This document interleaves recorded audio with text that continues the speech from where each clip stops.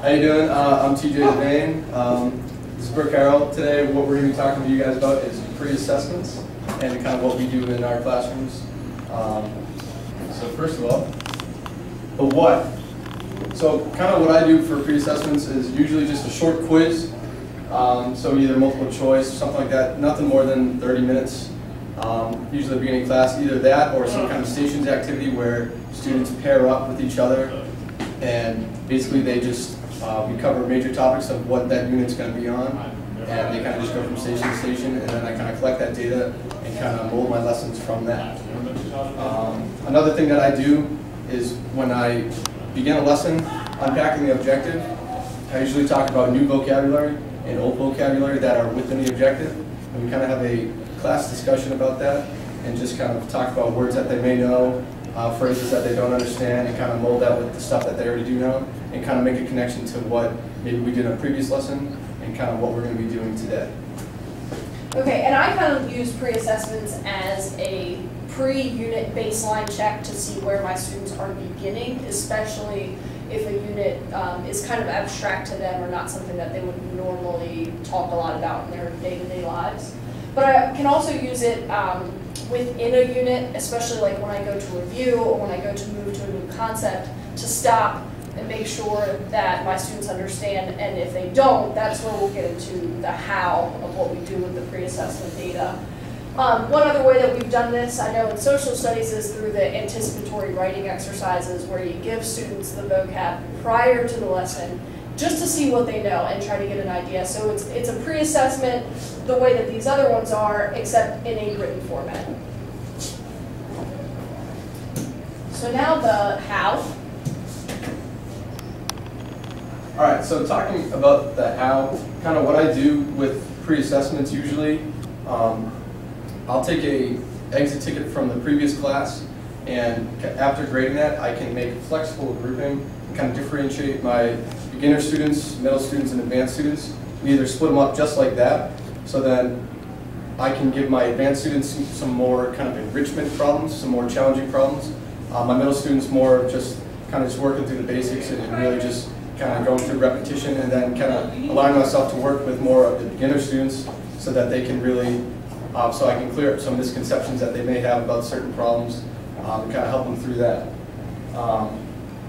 Also what I can do with that is once I grade an exit ticket, I can get a really good feel for which kids get it and which kids are maybe struggling with that, and kind of do differentiated questioning. So what that kind of means in my classroom is maybe a student that maybe doesn't get it but needs a little bit more encouragement, asking them more of a kind of simple question which I know that they can answer, so that they get that motivation and more engagement, so that they're like, oh, I do get this, okay, and get more motivated and engaged within the lesson. And then I can also ask a kid that maybe does get it more challenging questions to kind of really enrich what they understand and kind of challenge them throughout the class.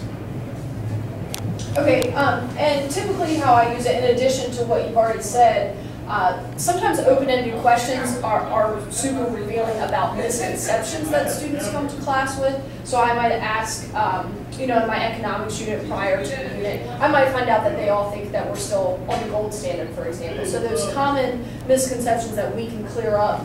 And it lets me know what I can spend a shorter amount of time on within the unit and what I need to really focus on. Kind of going back to our curriculum maps and the, you know, nice to know, essential, and important rankings, it gives you an idea of where you're starting with that.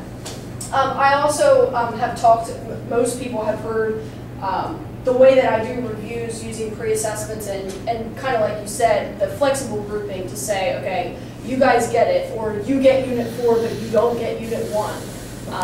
I can do that within a unit as well. Like, you understand this experience of the unit, but you really struggle here, so that we use that pre-assessment data to kind of make it more meaningful for the individuals. So that's the, within the unit assessments to determine the area of most need. And again, it's just kind of, it's based on looking at the results and actually then using it to drive instruction.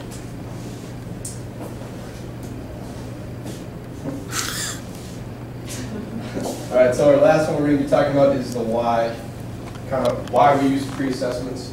So really, for me, it just helps to differentiate my lessons. It really helps me kind of mold my lessons to fit what my students need. So if, you know, they completely get one idea, if they get absolute values, then, you know I don't need to really work on that for maybe more than a day or even half of the lesson. It really helps me to focus on just really what they don't understand, what knowledge they have and what they don't know. So I can kind of grasp a good idea of just what my students know and what they do not know. You know, honestly, pre-assessments are the quickest, most succinct way of figuring out what your students already know and where they're starting from. We're all busy people, but if you plan this way always, then it just becomes kind of second nature to keep it in mind. It's not extra work the way that it can sometimes come across when somebody's presenting it to you. But it is a quick, succinct way of figuring out, here's where they are, here's where I want them to be, then you figure out, like you normally do, how you're going to get them there. So that makes your lesson planning more meaningful. And again, once you get into the habit of doing it that way, it doesn't ever really seem like extra work. You probably agree. Like it is the way you do it because it makes it more meaningful for students and makes what you do make more sense for them. Life is good. That's